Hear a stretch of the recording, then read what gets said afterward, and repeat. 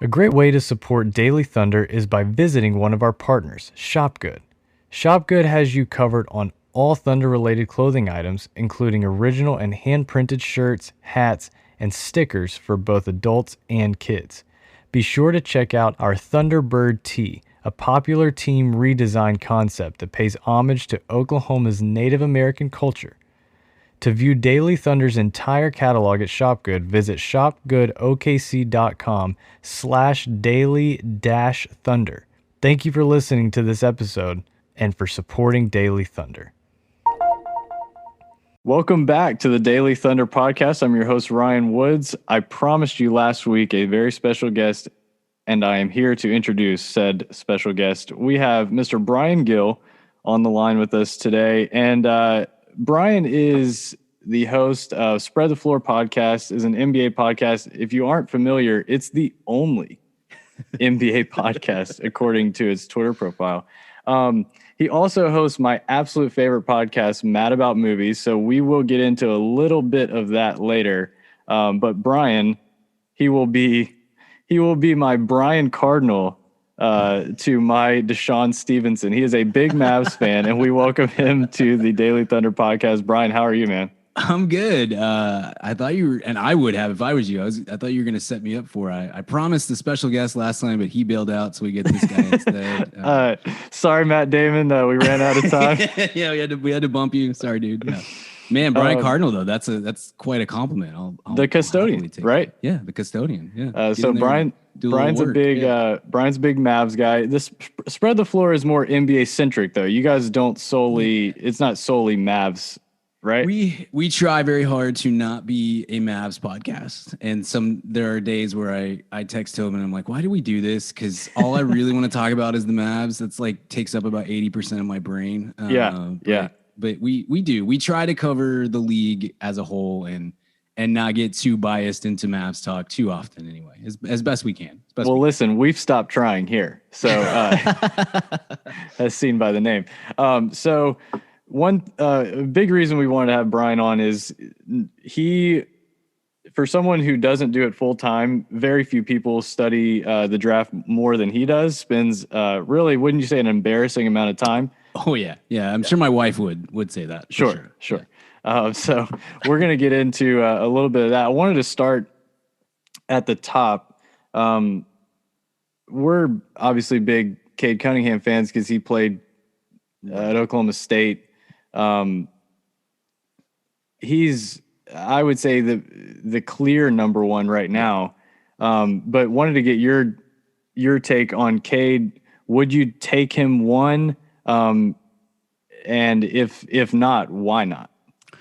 I mean, to me, this is like, I tend to try to break down the draft into tiers, and I have for me at least, and it's still a little early in this process. I try to, like you said, I'm not doing this full time. I try to quote unquote lock my board a week or so before the draft. But to me at this point, he is in his own tier. Personally, I would have him that far ahead of Jalen Green and Evan Mobley and the rest of this class. So yes, I mean, I guess if you're the Pistons, you got to do your due diligence of, hey, if OKC wants to throw 40 picks at us or something, then maybe we'd consider that. But to me, that's all that the kind of bluster is with them of, we're gonna look at everybody. We're gonna bring in other guys besides Cade Cunningham and all this. To me, that just is, we got to show that if somebody wants to come in and give us the ridiculous Godfather offer, then maybe we would do that. But otherwise, I do not envision a world in which any team should draft Jalen Green or somebody else over Cade Cunningham. I think he's that much better than everybody else in this draft. Yeah. If you were the Pistons, would you take Shea for the number one pick straight up? I wouldn't.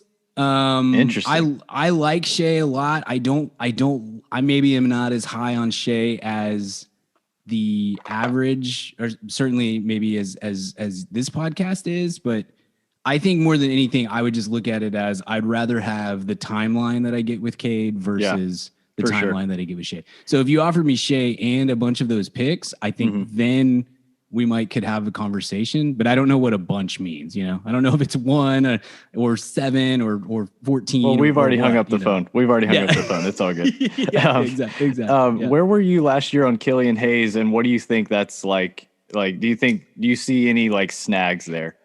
I think they can play together. I don't know that.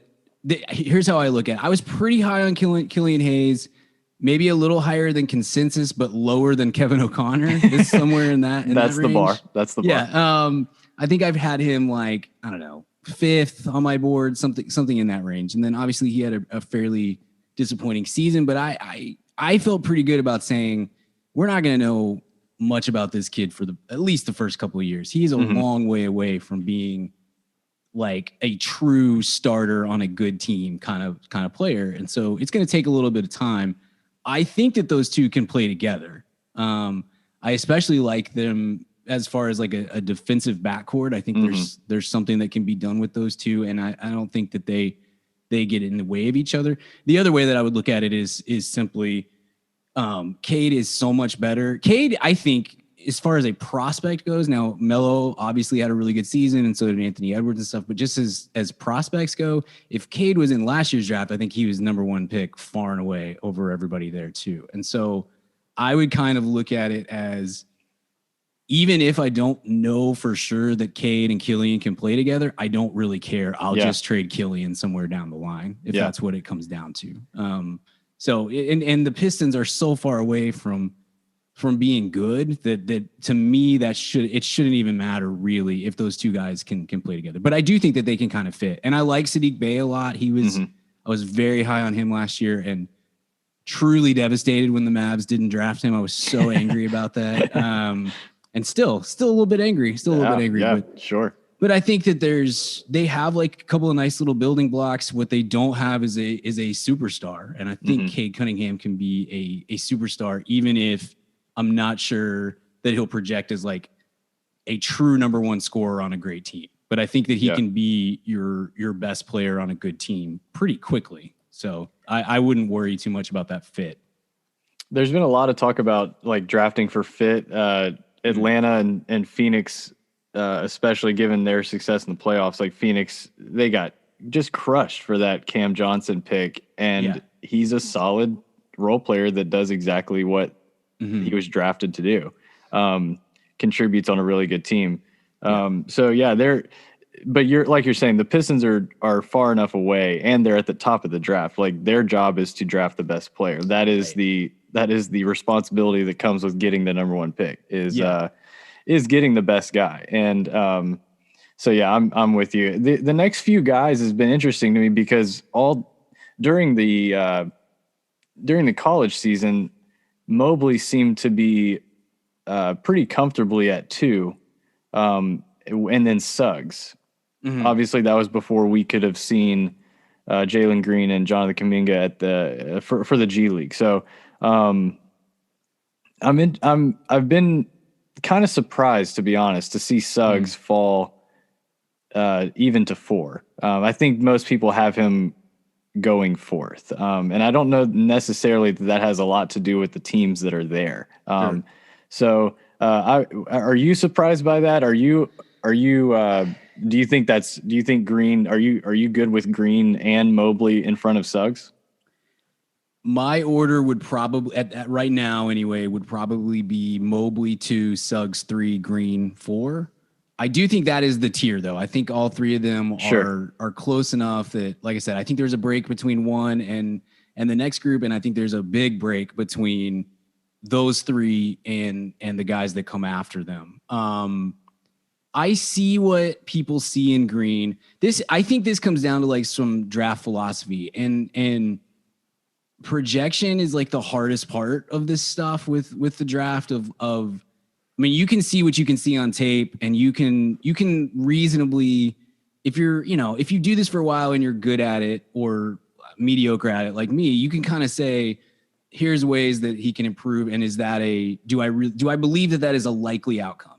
Is that how it's going to be? And then you're playing the whole, the floor, the ceiling, all that kind of stuff, and just trying to judge all those things. It's why like big boards are so difficult in a vacuum, because you'd like to think that you're looking at everything like 100% objectively, but one team is going to see a player differently than another team. And some teams are more likely, should take more chances than other teams, you know, depending on what their team building is like at that time. For me, like Houston is an interesting one because they have so little talent on their roster. As far as like, these are guys that we're going to be building with for the future. Obviously they would, maybe some Houston fan is going to yell at me or something, because I love to dunk on Houston. So I'm super thrilled. But like, that is a subgenre that is your corner. Yeah. And it's been real easy this year. Yes. To the point that I kind of felt bad about it. I was like, this is sad. Like, it's not even fun to dunk on them right now. But like, I'm sure anyone involved with the Rockets organization would be thrilled to get off John Wall's contract if they could do so without sending out multiple picks to get rid of him, and Eric Gordon the same way. And I mean, their best player as far as a building standpoint is Christian Wood. And I think Christian Wood is a fine NBA player that I really probably wouldn't want to be one of my 3 best players, you know, for the future. So they are a team that potentially, and they're in year 1 of their rebuild, that they should prioritize potential over, or a higher ceiling, if you want to, you know, use that terminology, over more of a sure thing. To me, Jalen Suggs is a sure thing. There is almost no world to me, barring obviously injury or something like that, but there is almost no world to me in which he is not a high level, high impact starter for 10 or 12 years in the league. And if he turns out to be better than that, great. And I think there's a real chance that he could be. I think he has some of that special like star potential. Green is, I mean, you can see the talent that like jumps off the screen when you pull up tape of him or whatever, or watch the games. You can see the potential that's there, and it's very tantalizing, right? I mean, like, you can see why somebody would fall for it. I don't think that he's going to like bust out of the NBA or anything, but I do think that there's a higher % chance that he turns out to be a 6th man type and not a just world-class starter caliber kind of player. And so, you know, you got to weigh what you want to do on those things. And then Mobley, I really like Mobley.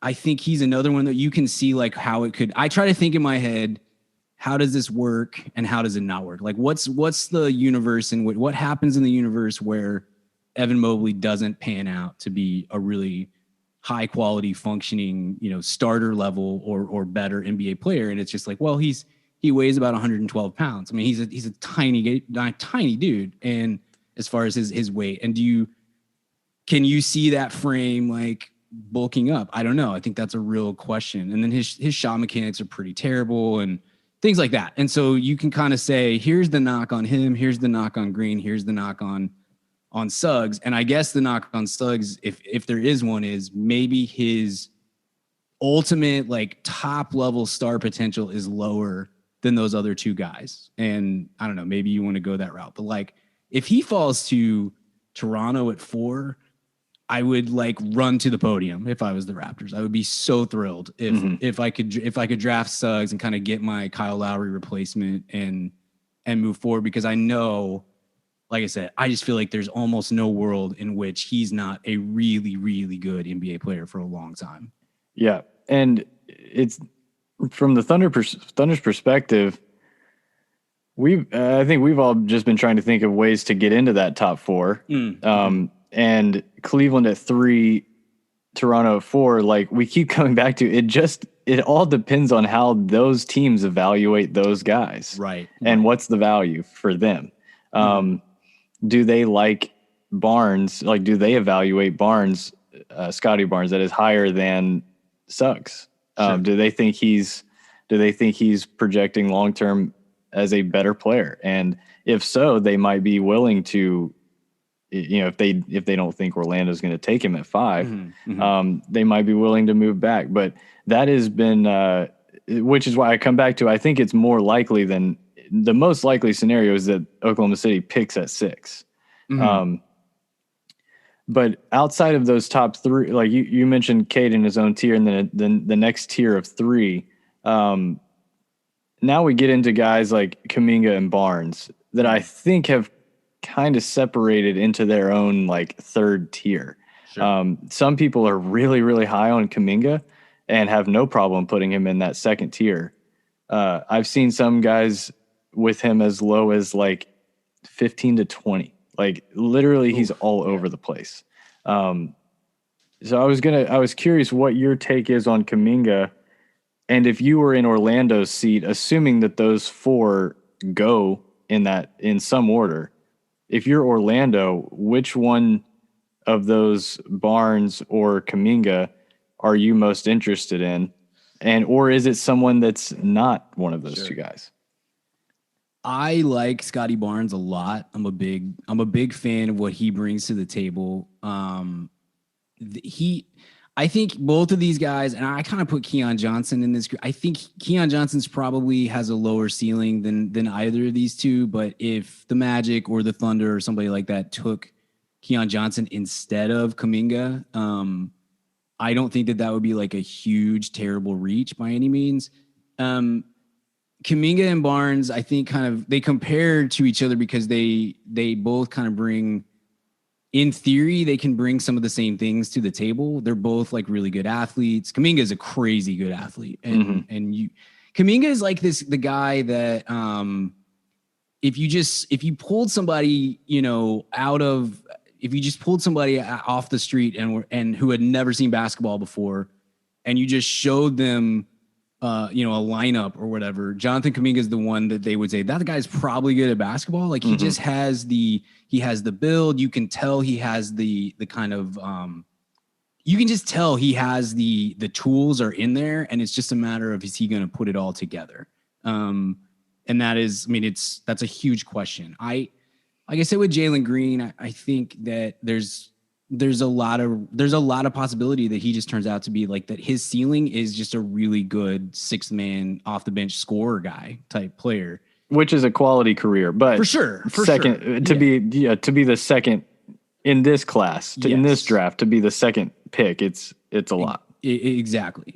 And again, there's plenty of worlds where he turns out to be like a 27 point per game scorer in the NBA too. Like he has that ability. And so I'm not saying that's not going to happen. I just, if I was building, I would usually probably tend to lean towards, well, what happened? What's the median outcome, and how valuable is he as a median outcome player? I think that's a lot higher with Suggs personally. Yeah, I'm with you. Kuminga is a guy to me that I would be very wary of in the draft. I think that he has real true, I hate saying this because I root for all these guys, but like if there's any player in this top 10 or so that is like has real true bust potential, it's him. There's a lot of, if not red flags, then kind of, yellow lights, kind of magenta. Like, yeah. It's a little not super sure about that. At the very least, I think it's very fair to say he is a project in the very stereotypical sense of the word. Like it's going to be a while before you get a return on what he brings to the table, I think. Whereas for Barnes is also a project offensively. He does not know what to do with the ball as far as trying to score. Like he has no scoring instincts really, really whatsoever. It reminds me of the Giannis video, the zero bag, negative bag. So totally. I mean, when he's in transition, what's funny with Barnes was very interesting. He's difficult to kind of compare to other players in a lot of ways because you just rarely see somebody who is as good of a playmaker as he is. Like he has real touch with the ball in terms of making passes and reads and stuff like that, who also has so little touch when it comes to trying to score the ball. I mean, it's just, if he gets to the rim, great. And if he doesn't, it's a real crapshoot as to what's going to happen. He doesn't really know what he's doing on that front. But I do know that he is going to be a high level defender. I have almost no doubt whatsoever that he's going to be a guy who can defend 1 through 4 pretty much. And is going to cause problems for the offensive player. And so that's something that I would bet on. Whereas Kuminga, I'm not totally sure what he hangs his hat on if he doesn't reach 60% of what his potential is, you know? Yeah. If Barnes doesn't, it's like, cool.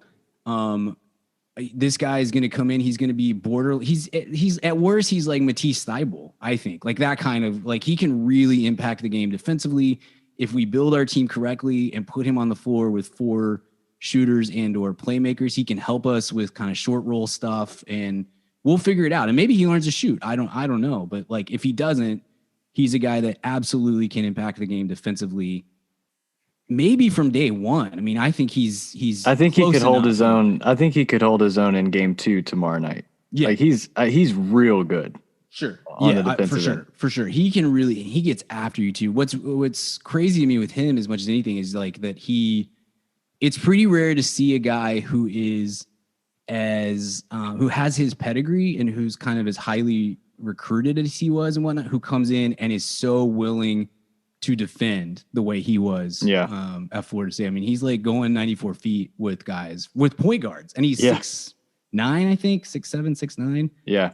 He's 6'9". He's 6'9" with like a 7'4", 7'3", 7'4" wingspan. Like that's real. I mean, that, you know, that he is going to kill in workouts too, I would imagine. Like, people are going to get really excited when they see him come in and the way that he tests and stuff. Speaking of go ahead. Sorry. Speaking of workouts, that, like, you know who's a sucker for guys hitting consecutive threes in a wide open gym? Me.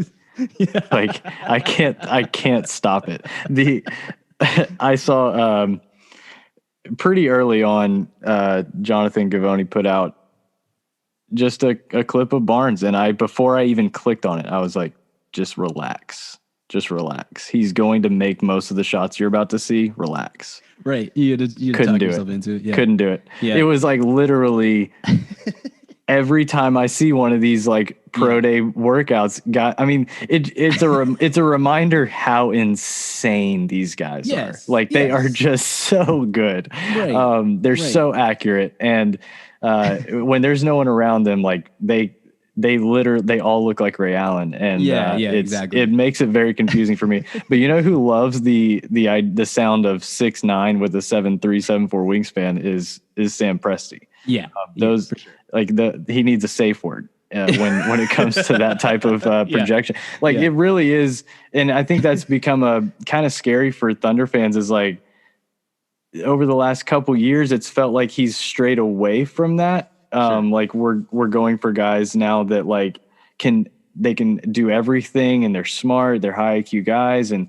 we want them to be able to shoot, pass, and dribble like everyone on the floor. Mm-hmm.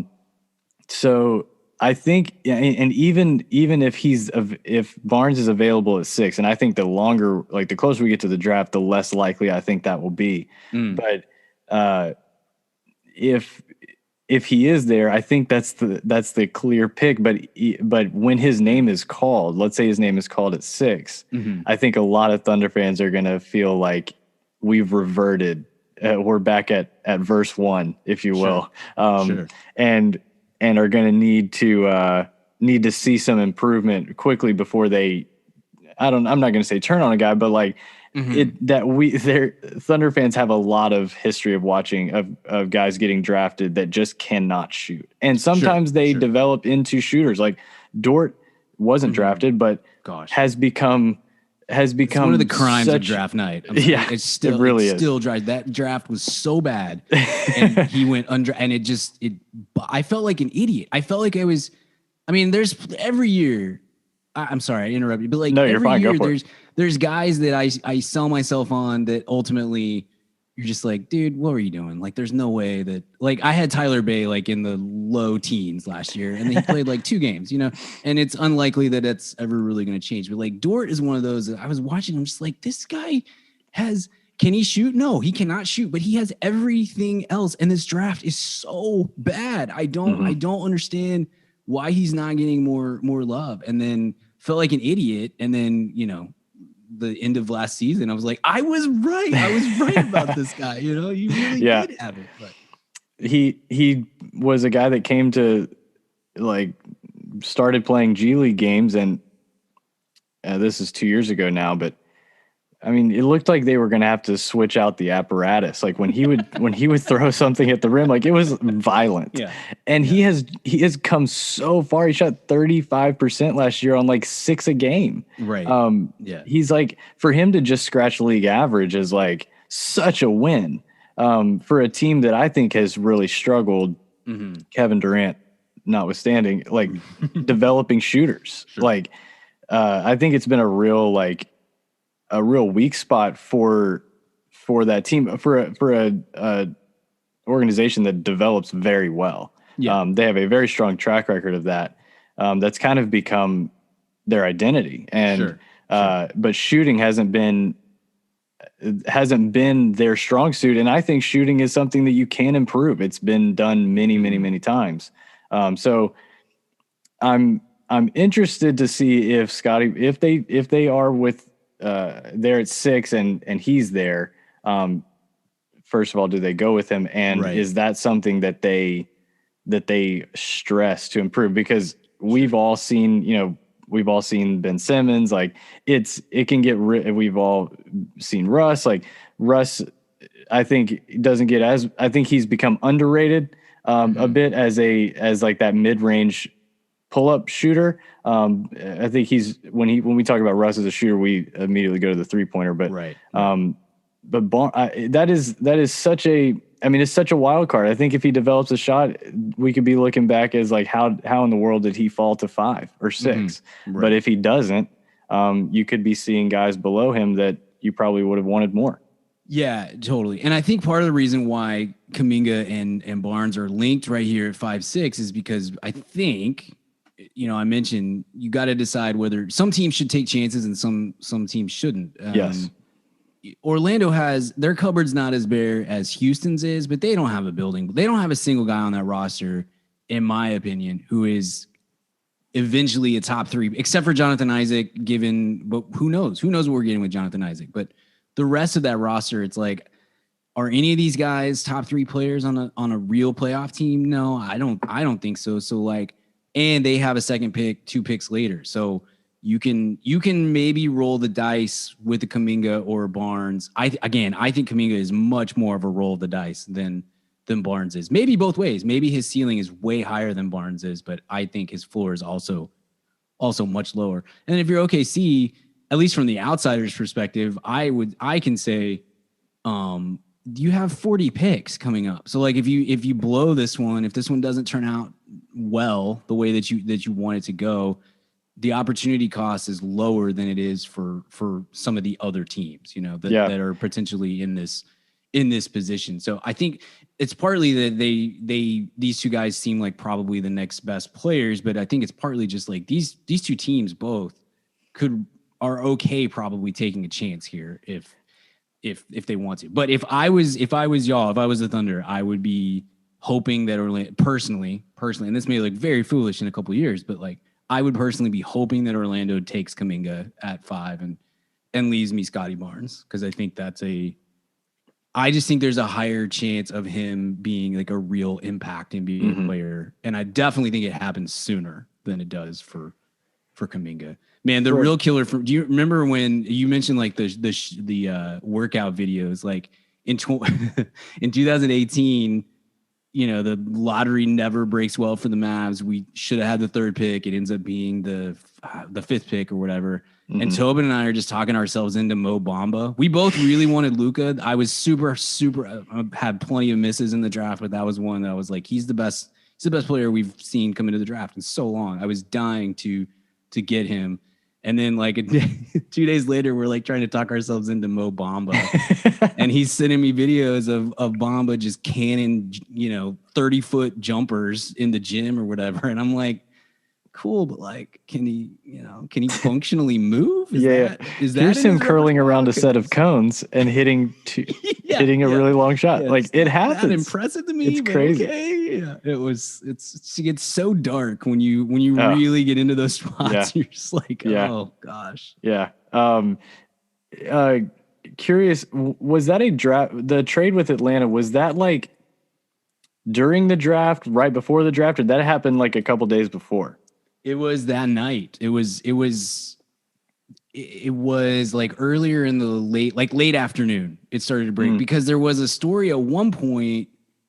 The Mavs up until this last month have been notorious for not letting any leaks get out. Like it's a tight ship, and no one's talking to Shams or Woj or whoever else. But there was like this there was this kind of, and again, I was incredibly high on Luka. I just thought this is at worst, this is the best prospect to come in the NBA since Anthony Davis, and it might be LeBron. Like he's that good. He's so good. And there was this narrative kind of circulating at like maybe, I don't know, 5:00 that evening, with the draft about to start in 2 hours, that the Mavs maybe weren't willing to do the deal because they didn't want to include Wes Matthews in the trade. And I was like texting every person I know, freaking out. Like, if we do not trade Wes Matthews for this, like I will lose my mind. I will become a Spurs fan. Like I will do something drastic. Like this has to get done. But yeah, ultimately turned out just to be another first round pick to make that deal happen. But yeah, that came through like late afternoon, early evening. And then, then you're just like biting your nails and hoping that it actually goes through and that like Memphis doesn't screw it up and say, no, cool. We don't want JJJ. We're going to take Trey just to hose this, Oh yeah. Starting to freak out about that kind of thing. Was there any buyer's remorse watching Trey and then Cam Reddish in the conference final? Not for me. I mean, maybe I'm sure some people maybe that kind of opened the door because you get the dumb, like the perk opinions of well, hey. he's one of hey, I'll go at perk. I'm sorry. I don't know if that's royalty around here, but no, like the whole like, well, one guy's won a series and the other hasn't. Right, like, right. Okay, cool. Well, is it? Can one we swap places? One didn't see Kawhi both times. yeah.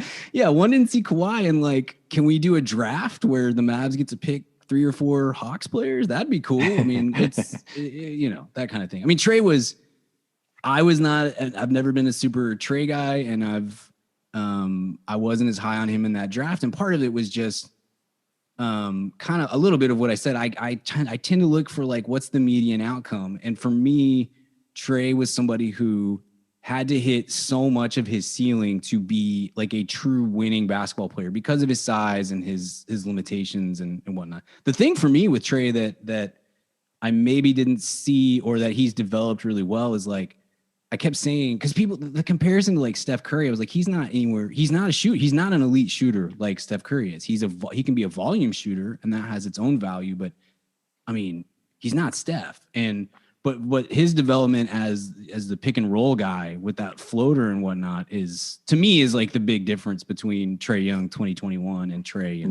His touch in the lane, this especially in the playoffs, started to look like Tony Parker. I mean, it's elite level on that. Really good. It's a huge difference, because you still, I mean, even the last few games of that Bucks series, you would see him launch just really terrible long threes, and that's just not I mean, you can get away with that a couple times, but that's just not really a formula for success unless you're Steph or Dame, Right. It's just kind of anyway. But no, I have no buyer's remorse. I feel very confident in the choice that they made, and it's just it's one of those things of team building has been bad, and that's something that the Mavs need to address, and other factors in that as well. But I'm very content with where we're at.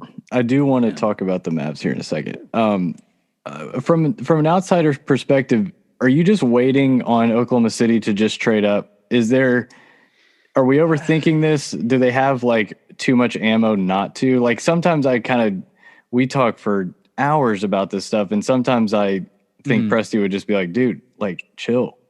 Like I'm just gonna choose who I want. Sure.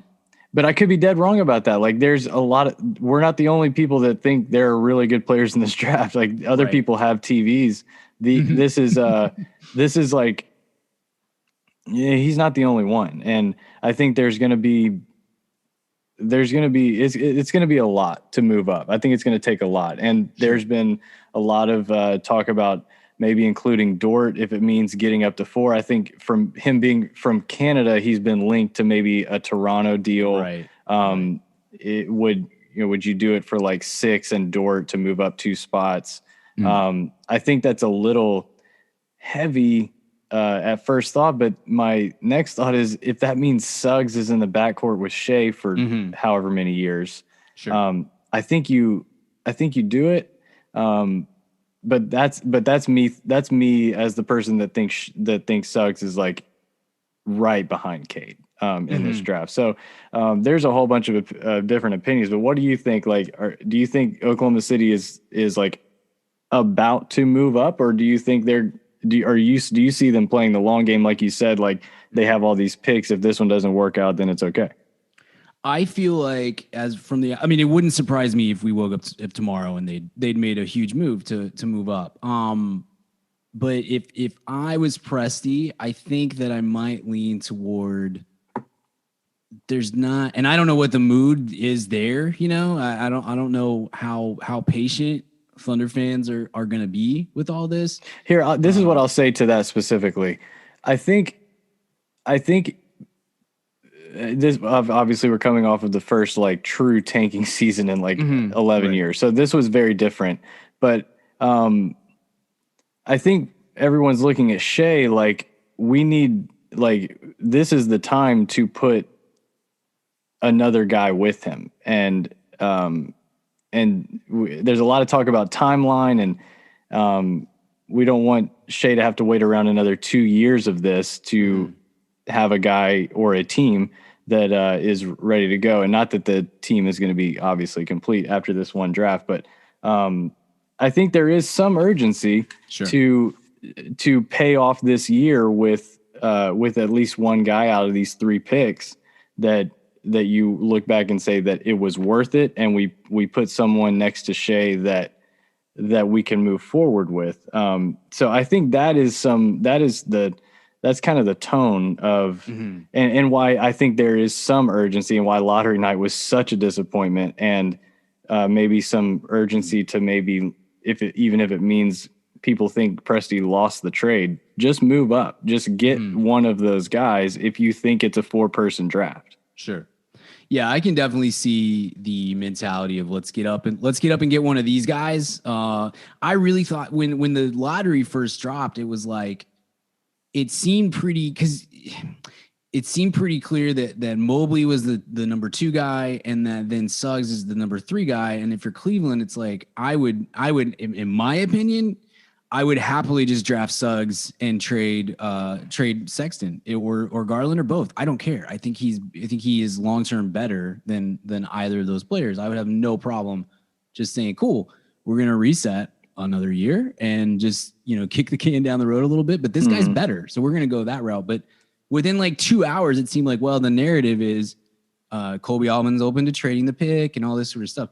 Now with Mobley looking like he might drop to 3, that maybe changes the math a little bit. Because I thought OKC and Cleveland, that was like a fairly natural matchup. Or potentially Orlando, same thing. Maybe Orlando just says, forget it, 5 and 8 to move up to 3, like whatever. Let's just get it going because we want one of these guys instead. But if Mobley fits better with what Cleveland has on their roster, even with Allen, I wouldn't worry about that too much because I think Jared Allen's super movable later if you need to go that route, even on obviously a bigger contract. It does feel like either Sexton or Allen are going to be available right after the draft. So I've ridden this weird roller coaster with Colin Sexton of like he checks off a lot of the boxes of things that I want in a player, but then also he's marking off stuff on the other side. And it's just he's kind of a hard guy to pin down. I personally would be if I was Cleveland, I would be happy to move on from Sexton and not have to pay him the money that you're going to have to pay him, because I don't think that I'll just from a personal standpoint, like Sexton gets brought up a lot as like a potential target for the Mavs, and he wouldn't be like super high on my list compared to other players, even when you get into like the realistic targets and stuff like that. But he would, to me, I think he would bring more value to the Mavs as a second, third type player than he does to Cleveland as their number 1 guy. And so do I want to pay Colin Sexton $20 million a year? I do not, but I would much rather pay him $20 million a year, as a Mavs fan or a Heat fan or whatever than as a Cavs fan. So Sure. I agree with you. I think one of those guys probably ends up moving pretty quickly, if not like right after the draft. But to get to your question, I think if I was Presti, I would kind of look at it as I got at least a couple bites at this apple before I really have to make an urgent move. And I don't follow high school basketball enough to be able to say next year's the class where he'll have another chance to get, maybe next year's class is a 1-player draft. I don't really know. That's kind of, I know who Chet Holmgren is, I know who Amani Bates is, that kind of thing, but I'm not super into it. I'm sure that Presti has 5 guys that are telling him what next year's class is going to look like and all that sort of stuff. Right. I think I would personally view it as this is a 2 or 3 year thing, not a 1 year thing. But if the cost is like a couple of these picks to get up there and go get Suggs, if I really believe that Suggs is the guy that's going to pair with Shea, then yeah, I do think there is a vast difference, like I said, between the top 4 and whoever you're going to get at 6. So maybe it is worth the chance to roll those dice and go for it. But I think if I would look at it as I got at least another year of playing this out and see. Oh yeah. I think there's no question that next year is another year of, I don't think it'll be as aggressive as the last month looked. Sure. But I do think they will play. I think they'll draft at least 2 guys and play them big minutes. Yeah. And they will be more than happy to play these young guys and let them, take their lumps. Right. And that's what I do, but that doesn't mean that that's what, he's going to do. The other thing too, though, is I think you guys are probably onto something. We even talked about when you came on our show a few weeks ago that OKC kind of lurks there as the team that's going to have the ammunition to go get Bradley Beal or Karl Anthony Towns or whatever superstar decides that he wants out.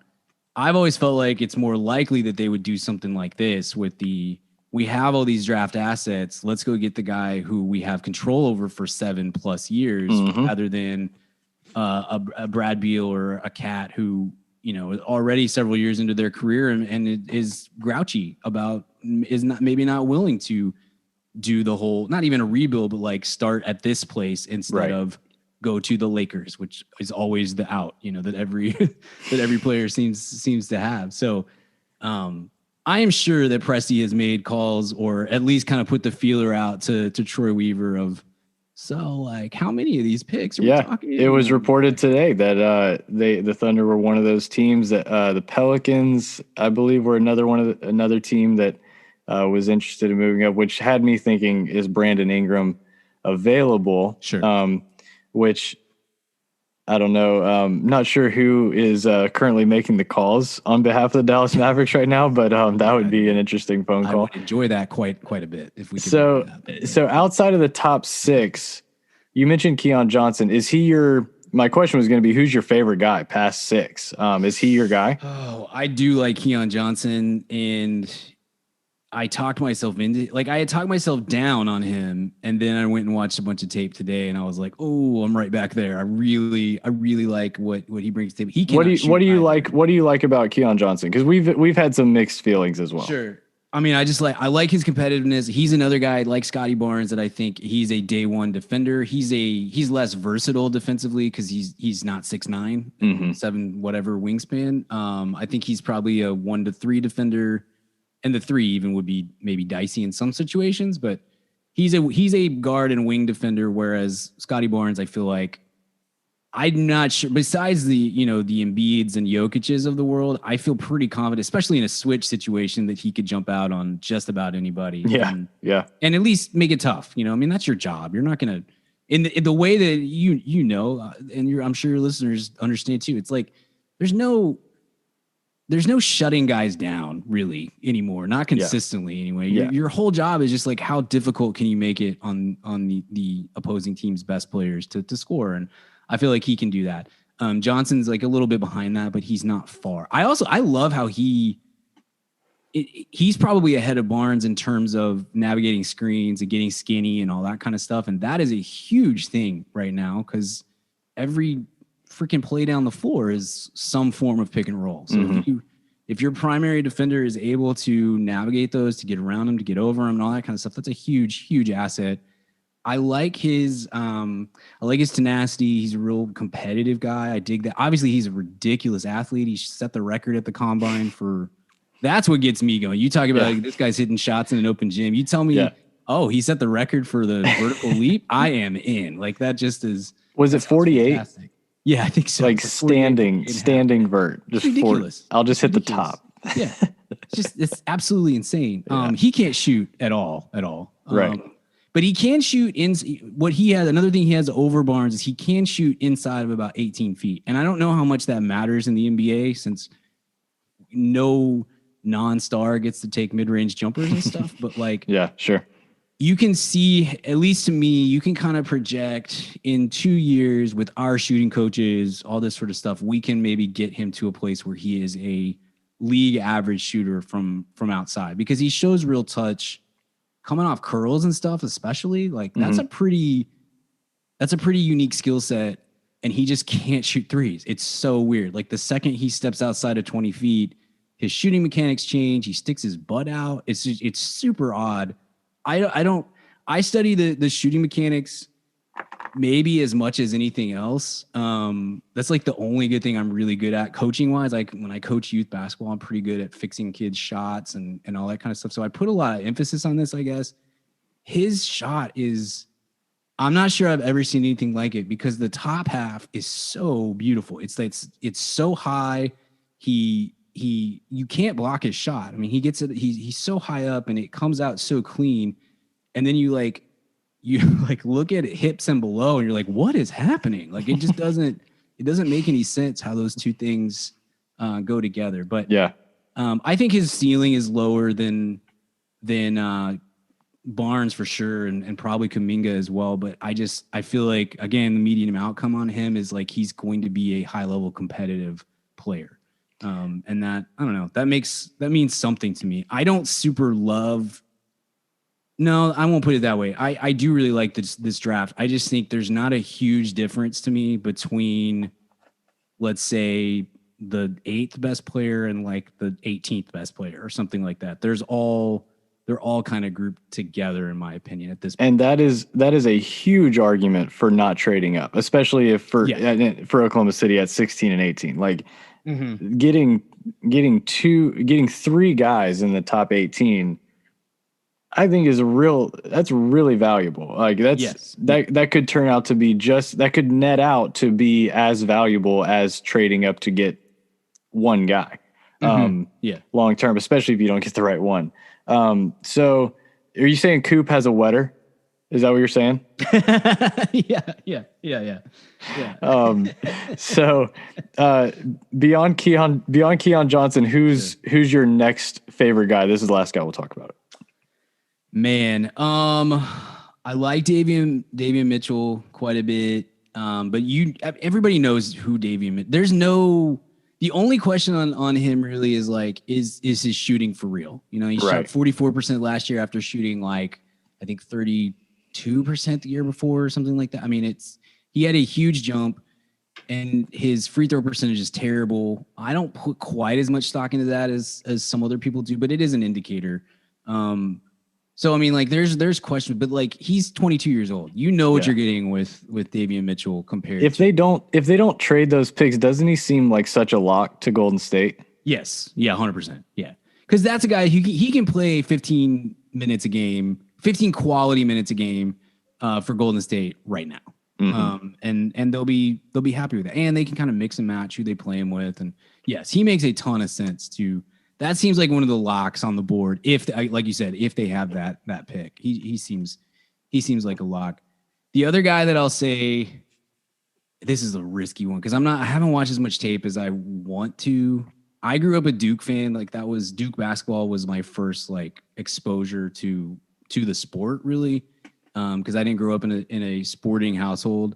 So I always say, I'm like, I don't really root for Duke anymore, but I sort of watch them with fondness from afar is kind of how I look at it. So I watched a little bit of Duke this year, and like all of the pieces, all the tools are there for Jalen Johnson. It's just there are so many like potential red flags with him as well that it's kind of hard to decide. He's going to have to decide who he's going to be, I think, is really what it comes down to. And if he picks the right path on that and decides, okay, I'm not a superstar, so I got to start doing some of the dirty work. I got to play a little bit of a different role, all this kind of thing. He has so much of he resembles to me so much Aaron Gordon, who's type that I really like and I think is very valuable in today's league, is somebody who it's like he's not great at anything, but he can shoot a little bit, he can pass a little bit, he can defend 4 positions, kinda, he can rebound a little bit, he gives you energy, he can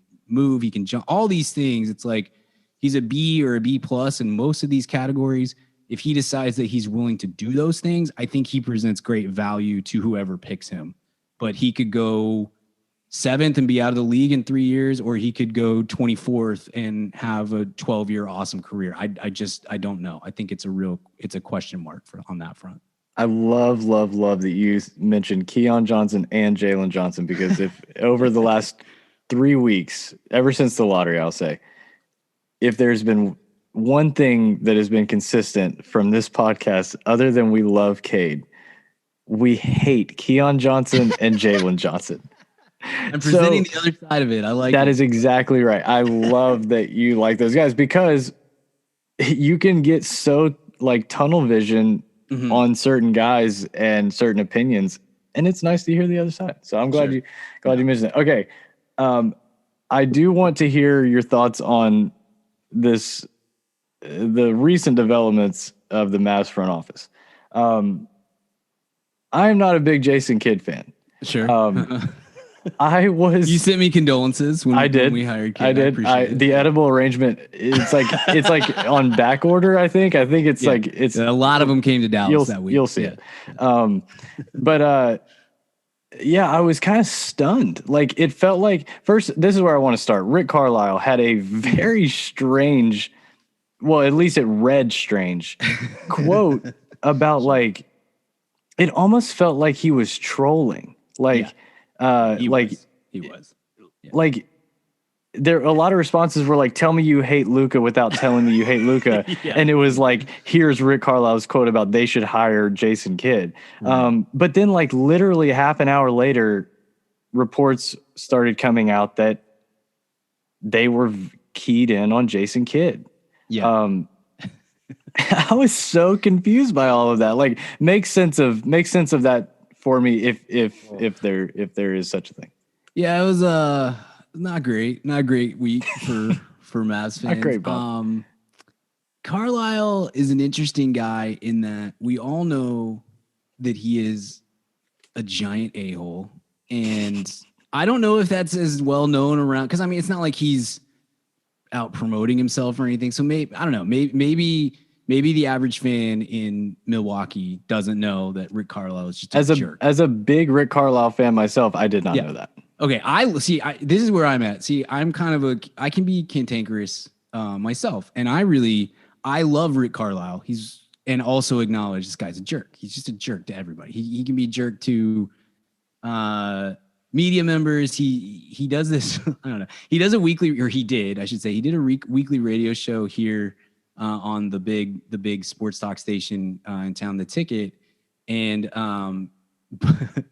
but he would only do it with this guy Norm Hitzges, who's like a legend in the sports talk radio community. He's one of the founders of sports talk radio, but he also is just like so far past his prime that it's kind of sad in a way, but he would do this show with Norm, and then one day Norm's out and there's a filler guy is the host of the show, and he asked Rick a question that apparently Rick didn't like, and this was pretty early in Rick's tenure, and he gave the guy yes and no responses for the rest of the interview, and it just was like he Jim Harbaugh'd it. Yeah, totally. Absolutely. And it was like one of those things where you're like, there's a part of me that likes this because it's just, he just doesn't suffer fools. But part of me is like, that probably gives you a good indication of what it's like to be in a room with Rick Carlisle if he decides that you've annoyed him. You know, he's a very smart guy and is very easily annoyed, I think. He's one of the best X's and O's coaches in the league. Top, I don't know, 3, maybe 5, whatever. He's one of the best, and he's gotten this team to multiple playoff berths that I don't think many coaches in the league would have done. I mean, the record being circulated, you know, he hasn't won a series since the championship, and all these sorts of things, and that's true. It's a factor. That's crazy. Also, I hadn't thought about that. Yeah, it's pretty wild, but also you think like, I mean, okay, but this team prominently featured Darren Collison, you know, and this team was like this. We had Chris Kaman in here for a while. We've had multiple tenures of Samuel Dellenberg. You know, it's like it's not like the franchise has been just exuding talent over the last decade. It's been Dirk and just whoever they can get for $6 million, you know, to put around him and stuff. And he's gotten great value out of those players. I was not on the Fire Carlisle train got started probably mid-season this year. I was not aboard the train. I felt like if you're going to fire a coach, you better know that whoever you're going to get is better than he is. And there's not any available coaches who are better than Rick Carlisle, unless Popovich wants to come up up 35, you know? Yeah. So I wasn't leading that charge, but I did acknowledge the only other reason you fire a coach is if you feel like he's lost the room. I would prefer to be early on firing a coach versus late. Like Brett Brown is a guy that I would have fired at least a year before they fired him. I thought they wasted a year with Brett Brown because they wanted to be loyal to the guy and they didn't want to let him go. I would have fired him a year early. Kind of what Toronto would with Dwayne Casey, you know, of hey, we don't think this guy is our guy moving forward, even though he just had a great season he just won coach of the year. Yeah, exactly. So for him to walk away the way he did was pretty odd, but you follow this stuff whenever someone leaves town, whether it's a coach or a player, it's like every media member in the local beat has like a story on their computer locked and loaded, you know, for the second that this guy leaves. Cool. All right. Now I'm going to tell you all about Rick Carlisle and how he and Luka don't get along and the stuff that's been going on behind the scenes and all this. My favorite of that was like LaMarcus Aldridge when he left Portland, and like it felt like within the hour there were multiple actually that guy sucks kind of reports coming out from the Portland beat, and you're just like, I mean, he was pretty good. You could probably give him like 12 hours or so. It was pretty crazy. But yes, you get all this stuff with Carlisle that like from day one that he and Luka didn't get along. I wasn't surprised by that, but I don't think I was as aware of how bad it was, I guess, behind the scenes. But it was pretty clear that he and Rick were kind of butting heads and clashing. And yes, the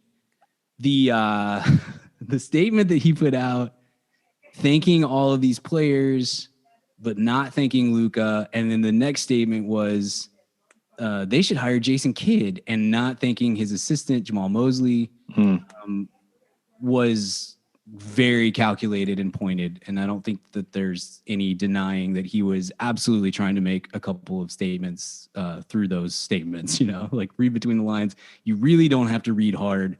Don't like this guy. Don't like that guy. Jason Kidd sucks. That was kind of the I felt like anyway. Which makes it even more puzzling that they within like 24 hours had hired Jason Kidd. Yeah, man. Life comes at you fast, you know. It's like it was like a week before that Kidd was attached to Lillard.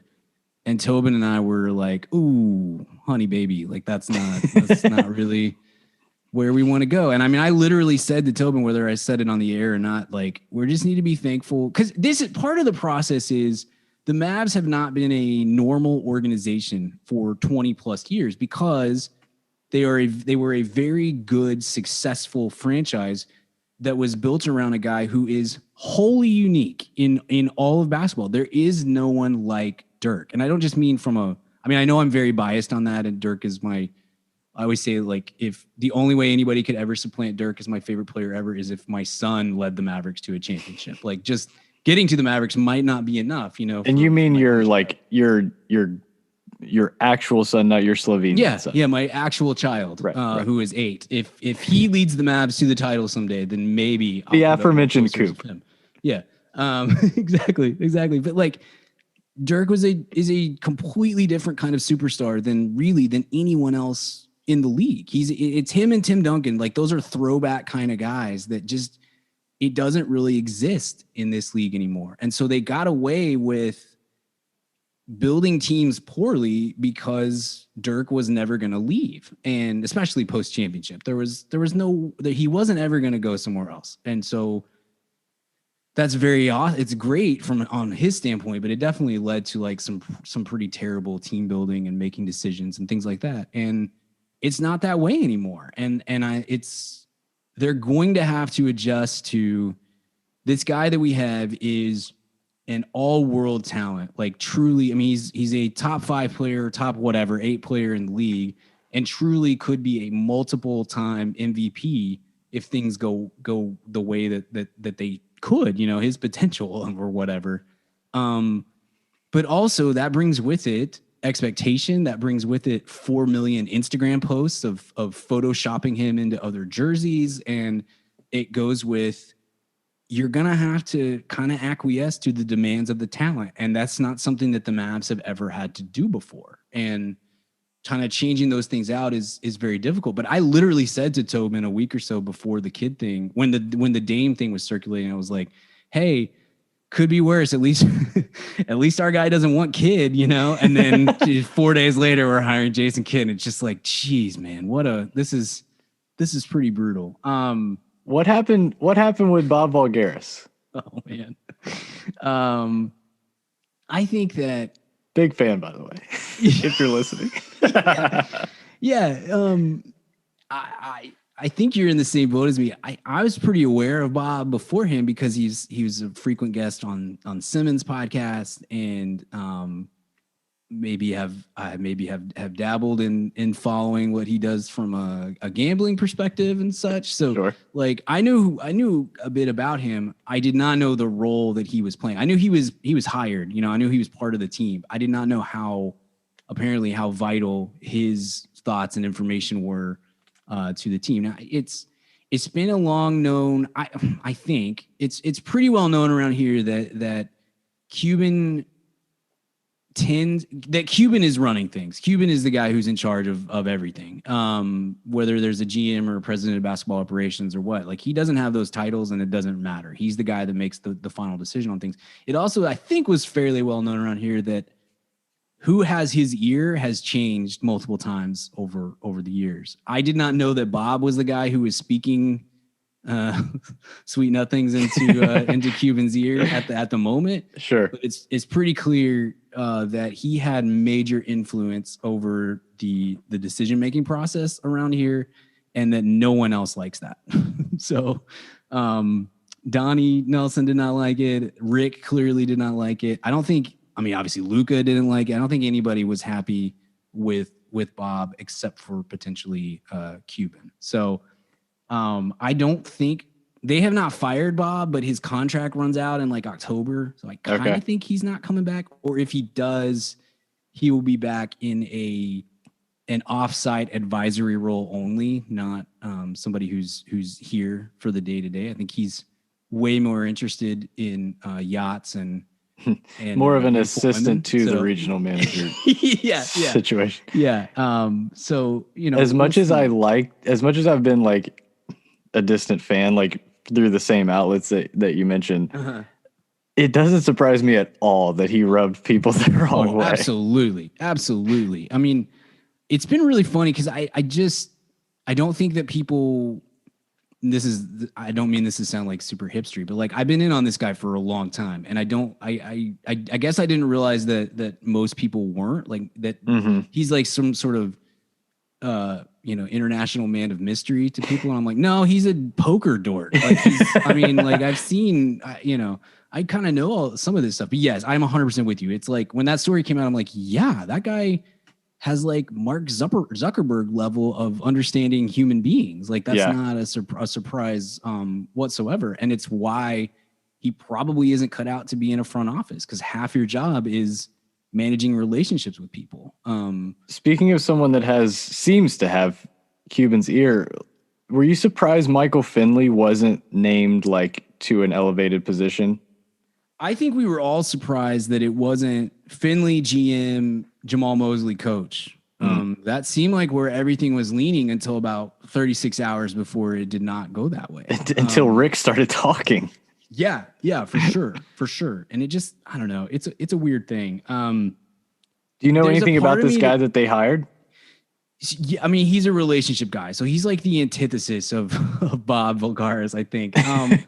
Look, I did not want Carlisle to be fired. I think I would have preferred to have him come back, unless they were pretty sure that they were going to fire him mid-season. I'd always rather turn over the coach in the offseason than mid-season, obviously, unless you have Nate McMillan on your staff. I was about to say. I mean, gosh, how bad is Lloyd Pierce? I did think that it was probably past time for Donnie Nelson to. I thought they would do the Brad Stevens thing. I thought they would promote him, but fire him.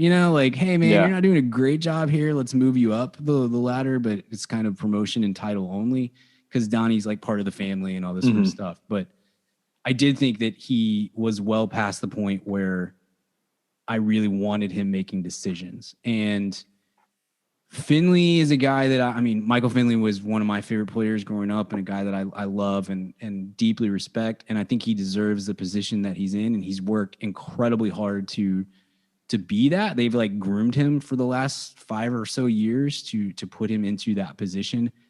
I'm not upset though that there's somebody coming in from the outside. I think that front office pretty badly needed some fresh blood and outside voices coming into how we're doing things. Cause Cuban gets very, very stagnant and stuck in his ways. He's a very stubborn person. And when he's the guy who's ultimately making the decisions, there are times where I've been like, it'd be cool if there was somebody in that room that was shaking things up a little bit. And I don't think Donnie's doing that. And I don't think that Finley is doing that either. So, you don't have to, the jerseys, like we have the same stupid jerseys for the last 20 plus years because Cuban thinks they're cool. And it just, that's just a kind of a microcosm of some of the way that he thinks. I think that the Harrison hire is good because they've kind of committed to this path of we're going to try to build through free agency. It's maybe not the way that I would have done things, but that's what they have done. And we are in sort of a spot where it's like, it'd be really hard to move away from that path now without risking, we're the team that has a superstar saying I want out. And so you're just kind of stuck with it. I think Harrison brings relationships. I think he knows, obviously he knows people and he knows the players and has these relationships with the agent. So that's got to be the hope. Whether he's a good, like even qualified to be in the position he's in, I don't really know. But I do think that he will help on that front. And I like that Finley can be there as kind of the basketball guy to work with him. And I'm pleased that Finley seems happy and content to be a part of that. But the gist of it is, I think that Nico Harrison and Jason Kidd are a package deal is kind of how it was sold. And so you bring him in and you just got to hope that, we are going to be worse from an X's and O's standpoint this year than they were with Carlisle. I don't think there's any doubt about that. You just kind of have to hope that that Kidd has kind of learned a little bit from his last couple of stops. That seems to be, everything I've read seems to suggest that he did come into the Lakers with the mentality of I want to learn how to actually do this. And so hopefully he's a little bit better on that front and that he's better at managing the players as far as like the relationships and the tone and how we're going to talk to players and all this kind of thing. Cause I think Carlisle was definitely failing on that front at least. So, but he's not going to win you games X's and O's wise, I would assume. So you're you're just hoping that Harrison can bring some guys in. Every Mavs fan is just like, certain that Damian Lillard is coming here. And I think that's obviously insane, but can you bring in some guys? Can we build the team a little bit better? And then can Luka just be so great that he can overcome potentially bad coaching? And if that fails, I mean, maybe he can just have one of his players run into him and like spill his drink. Honestly, what a menace. And I respect that so much. Like, I loved that move. Looking back at it, it's just insane that he actually did it. What's one of my favorites that he did? Jason Kidd is one of my favorite, probably it might be my like fifth favorite player of all time. And I always say he's my favorite player to watch. I love watching him on the court. He's such a genius. And that water thing always got so much so much pub because he's the coach and it's a really crazy thing to do. He had a game when he was still playing.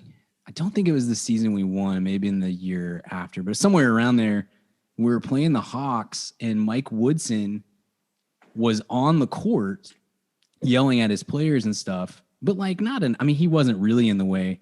And Kidd purposefully veered over and smashed into him and earned a technical foul. And if I remember correctly, we won the game because this play had happened. Like he's so smart. He's so smart about that stuff. And then there's other things where you're like, are you like capable of human speech? Like it's just so weird. Some of the way that works with him. Yeah. I mean, we'll see. We'll kind of see what kind of tricks he has up his sleeve. Well, one thing we absolutely share in is a disdain for our team's uniforms. Yeah. But that is something I've watched you and Tobin talk about over the years that I just think is so funny because I relate to it so much. All right, we are going to shift gears. I mentioned at the top, you co-host the Mad About Movies podcast, which is just a real delight. So I wanted to get into, there's Space Jam 2 is about to come out, and I figured we would get into top 5 basketball movies. Sure. So hope you've come with your list, and maybe some honorable mentions. But before we start, I have to share, the podcast has made me laugh like hysterically. Like I need to pull over, laugh multiple times, but I have to share my favorite. I don't know how it came up, but shout out Richard. He mentioned Ex Machina. Which of course means the machine. Yeah. Yes, and he said Ex Machina, Spanish for the Machina. Yes. Yeah. And I had to pull my car over. I was laughing so hard. All right. Do you want to start? We should start with honorable mentions. Sure. Sure. That is the MO.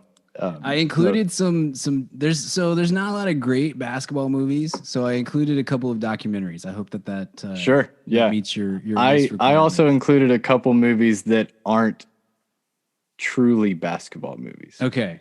But might have a basketball scene, might have a basketball slant. Okay. Yeah. Like Catwoman, obviously. Sure. Great. You took my first one. Great basketball scene. Man. Okay. A couple honorable mentions here. Glory Road, the UTEP basketball movie. Pre-solid your neck of the woods, if I understand. Yeah, I'm probably closer to you than I am to El Paso. That's how wide Texas is. But yeah, not. Well, I'm in DC, so I doubt it. I mean, I'm gonna pull it up afterwards and look. We'll probably not as far off as you may think, because that is like the way out tip of West Texas. But yeah, that movie is pretty solid. I haven't seen it in a while, but it was one I remember being really pretty good. We got Space Jam 2 coming, so I feel like Space Jam probably earns a mention in the honorable mention category. And then I'll definitely play the homer here and say Nowitzki, The Perfect Shot, documentary about my grandfather Dirk Nowitzki. I love it. Well, I'll start my honorable mentions by just saying Thunderstruck. Then. Yeah, so you understand bias. Okay. Yes, absolutely. Yeah. Another 2 honorable mentions that have very little to do with basketball. Uncut Gems I thought was really fun. Sure. Yeah. And then Father of the Bride, which is a top 10 favorite movie of mine, has a basketball scene called Basketball Scene, driveway scene, little music going. Love that. So yeah, have to shout that out.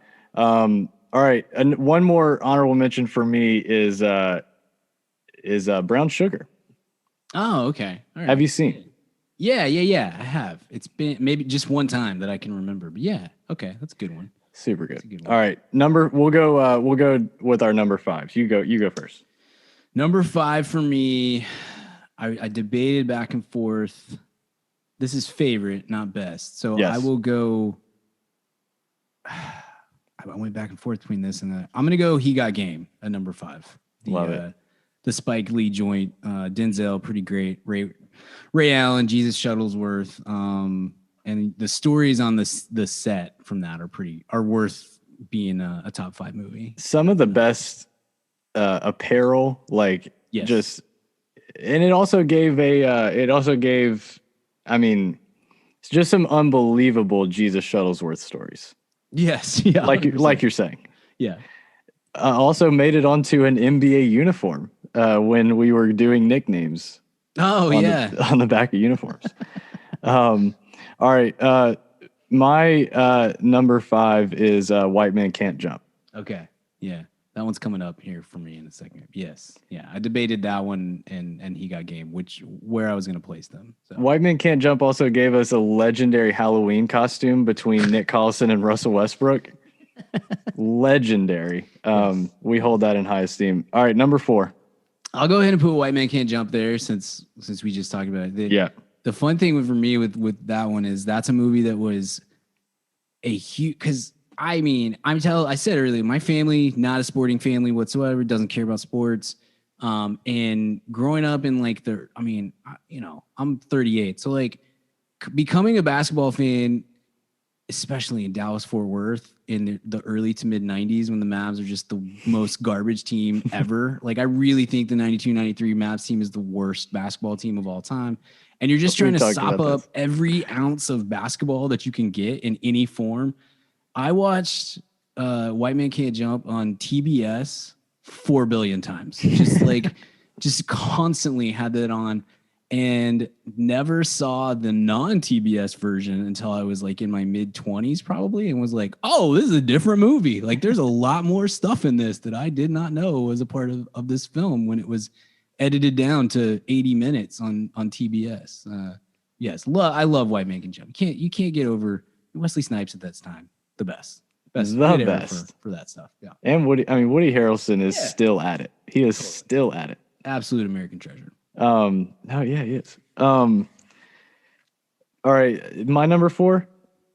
Yep. Mm-hmm. He Got Game. Like you were saying, those two are kind of interchangeable. Yeah. Super, super, super good. He Got Game is better than White Man Can't Jump, but I like to watch White Man Can't Jump more. Than He Got Game. He Got Game.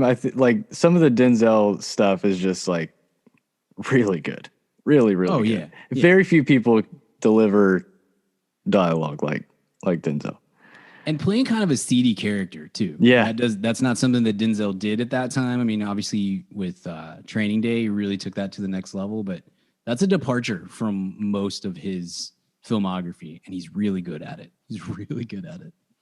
All right, number 3. Number 3 for me is a documentary that I don't think many people have seen. It's called The Other Dream Team. It is about the Lithuanian basketball team in '92, the Dream Team Olympics. So you get a lot of people have seen like the what was that called? What's the 30 for 30 called with Vlade? Something with brothers. We were yeah. I know exactly what you mean. Or what you're referring to. I can't remember what it's called exactly, but a lot of people have seen that, and that is that's a great. Once Brothers. Once Brothers. Thank you. The Other Dream Team kind of focuses on a similar story just happening in Lithuania. So you get that whole, the breakup of the Soviet Union, and all of these players are displaced, and how to, trying to put teams together, and the Lithuanian team, which was like, Arvydas Sabonis and Sarunas Marciulionis, who your listeners should look up, like YouTube video. That dude was, before his knee stuff, he was a monster. And there are a couple other names that you like might recognize, but they were trying to, they qualify. Well, part of it is like trying to qualify for the Olympics post the breakup of the Soviet Union. And then a huge part of the story is once they've qualified, they don't have it. There's no money. They can't get to the Olympics, let alone like get jerseys and training and all this sort of stuff. And this is a bit of a spoiler for the movie, but since nobody's seen it, it comes down to Bill Walton hooking the Lithuanian basketball team up with the Grateful Dead, and they fundraise essentially to be able to go to the Olympics, to the point that they're like on-court warm-ups are tie-dyed Grateful Dead t-shirts, basically. And it's a really cool That's story. incredible. Yeah, man. And this might be on Netflix too, but if it's not, it's definitely worth the $4 on Amazon Prime or whatever to rent it. It's a really, really cool story. Some friends and I went to see it when it debuted here in Dallas, because Donnie Nelson was an assistant coach on the Lithuanian team, I think, if I remember correctly. So anyway, it debuted here. We went to the open for it, and Donnie was there, asked questions and all this sort of stuff. But it's a really good kind of feel good kind of movie that has that 30 for 30 feel to it, but in like kind of an expanded form. If he wasn't already, that might vault Bill Walton into American Treasure territory. I'm not kidding. He was my very first public inductee. Like the first, really? Richard and I did American Treasures off the air just as a bit for years. But the very first time we did the segment on the show, he was my number one, my first nomination, because I freaking love Bill Walton. Yeah. All right. Number 3 for me, I have Space Jam. I love Space Jam, and I was like, I think I was 8 when it came out. What year did Space Jam come out? 96, I believe. So I was 5. Like, Space Jam taught me, like, to quote Nick Miller, taught me that I could love a man. Like when Jordan is stretching his arm and he dunks it from half court, I mean, that's what more do you need as a 5-year-old? I'm not kidding here. When Reggie Miller, remember the game where Reggie Miller kind of shoved Jordan to come around the screen and hit that game winner, 97? Yeah. That game, I was 6. I remember where I was watching it, and I was like, why is everyone cheering? And my dad's like, what are you talking about? I'm like, why is everyone cheering? I literally didn't know basketball I thought it was made so Jordan won. I thought it was made so he just won the game. Right. And this guy's blowing it. Yeah. And I was like, yeah, everyone's cheering, but Jordan didn't win. I don't know what's going on. Space Jam was like, I had the posters, I had the jerseys, I was after the shoes, like all of it. Man. Space Jam, for major nostalgic reasons, lands at number 3 for me. Nice. Yeah, I'm a little older than you, so I liked Space Jam, but it wasn't quite as influential on me at that time. I will tell you that my son's 8, and he cannot wait for Space Jam 2. So it is a big deal around the house. He this morning, within like 20 minutes of being awake, he was like, Dad, the new toy at McDonald's is Space Jam. And he's just like super pumped about everything Space Jam. So hopefully it will kind of launch. I hope it had the influence on him that the first one had on you. I love that McDonald's is still marketing, like just crushing the toy marketing to kids. They are unbelievable. It's diabolical, and I can't even be mad about it. I still have some of the like Disney glasses that they would give you with different characters on them. Yeah, for sure. All right, number 2. Number 2 for me is Hoosiers. We just did a Hoosiers review, I think in March, a throwback for the first time, and there's a little bit of cheesiness to it for sure. I mean, it's definitely an 80s movie, but the basketball stuff is great. Like, it really gets the basketball side of things right. And I feel like that's the hardest thing to do in a basketball movie. It's one of the reasons why I don't think there's very many good ones. It's very difficult to film realistic looking basketball for a movie, as opposed to mean, baseball baseball and boxing. I think part of it, the reason why those movies are so good overall is because it's so much pitcher hitter or puncher. You know, Yeah. It's easier to kind of zoom in and make it look realistic. Whereas basketball, you very frequently get the Fresh Prince kind of look on the actual basketball action. But Hoosiers gets that right. Gene Hackman's one of the greatest actors of all time, and gives a really great performance. And it does a lot of there's a lot of sports movie tropes that come directly from Hoosiers. So I think it like kind of suffers in hindsight because so many movies have kind of done what that movie did, you know, since then. The locker room stuff is great. Yeah, for sure.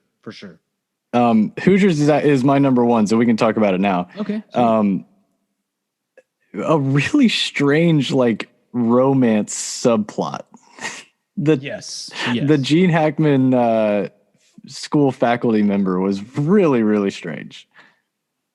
For sure. And it really looks strange in 2021. And to be honest with you, I hadn't seen Hoosiers in probably 10 years before we watch it this year, this spring. And I like had zero memory of any of that stuff. Like it just, and even now it's like that is already kind of gone out of my brain. Cause it's just like, no, it's a basketball movie. Like right. The B story with Dennis Hopper being a drunk is kind of the only other part of that even sticks in my brain. Cause you're right. The romance thing is like, this doesn't really even make sense. Like it's so weird. But like you're saying, like as basketball fans, the real romance is the guy dribbling on grass in his, his like hoop outside. Like it's really, really good. The music is so good. Good. Love Hoosiers. So that's my number one. What's your number? What I'll say my number two is Coach Carter. That might be okay. Yeah. Man, I haven't seen Coach Carter in a long time. I need to revisit that one. There was a meme going around about Coach Carter today or yesterday, and I was like, oh right, I haven't thought about that one in a long time. Number one for me is the documentary Hoop Dreams. I think is maybe it's really hard to say the best sports documentary of all time because there's a lot of really good sports documentaries, but it might take that cake. It is one of the most meticulously well-crafted documentaries I've ever seen, and had real talk about how Hoosiers like kind of maybe not changed the sports movie genre, but definitely had major influence. I think Hoop Dreams was legitimately, you could say, changed the documentary industry and the way that we shoot documentaries and the attention that they get and stuff. It was one of the very first like real hit documentaries. Like it was a big deal and resonated in the mainstream and stuff. And kind of, I think also is partially responsible for bringing basketball to the mainstream outside of the stars, outside of Michael, Magic, and Larry. But the recruiting circuit and the outdoor courts and things like that. It was a huge mainstream thing, and that should typically never happens with a 3-hour documentary, you know? Sure. Did you ever see the Pistol Pete documentary? Yes. Yeah. I was obsessed with Pistol Pete when I was a kid. So that Pistol Pete movie was a frequent player. Or sorry. The movie. Yeah. Not the documentary. Sorry. Yeah. For sure. We watched that at church all the time for some reason. I don't know. Well, it was shown in school a lot. Uh-huh. Yeah. Yeah. For like sure. when the teacher got bored or ran out of stuff, it was like, hey, you seen this guy Pistol Pete? Yeah, for sure. I very recently I playing pickup and I threw a pass. I'm not a very good basketball player. I'm competent, but I'm 5'8", 5'9", and I'm 38. And the air down there, and all this sort of stuff. So I'm not done, but I have pretty good court vision, and fairly recently, I threw a pass to somebody, like leading them to the open spot, and it just hit them right in the back of the head because they never turned and look at it.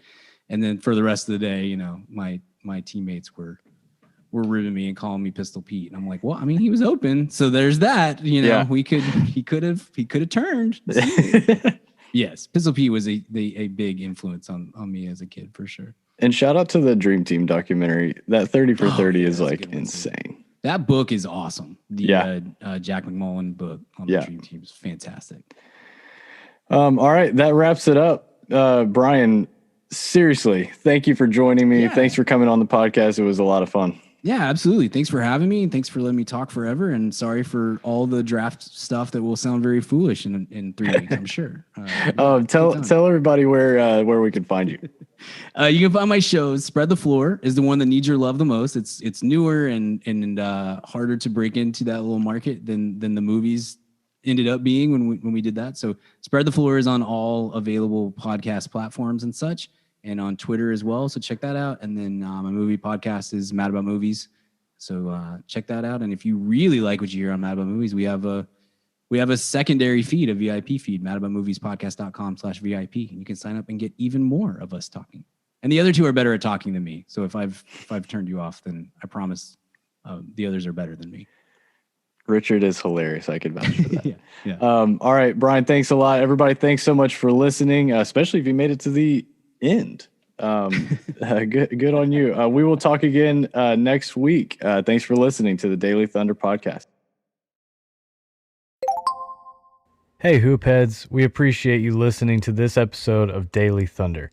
Be sure to check out other NBA pods on the Hoopheads Podcast Network, including Cavalier Central, Nuck If You Buck, 305 Culture, Spanning the Spurs, #Lakers, Motor City Hoops, X's and O's NBA Breakdown, LA Hoops, the Wizards Hoops Analyst, At the Buzzer, and Lakers Fast Break. There are also coaching-focused podcasts, Thrive with Trevor Huffman, Beyond the Ball, the CoachesMaze.com podcast, Players Court, Bleachers and Boards, The Green Light, and Courtside Culture. Oh, and don't forget the network's flagship, the Hoopheads podcast, hosted by Mike Klinzing and Jason Sunkel, and featuring the best minds in the game from its grassroots to the NBA.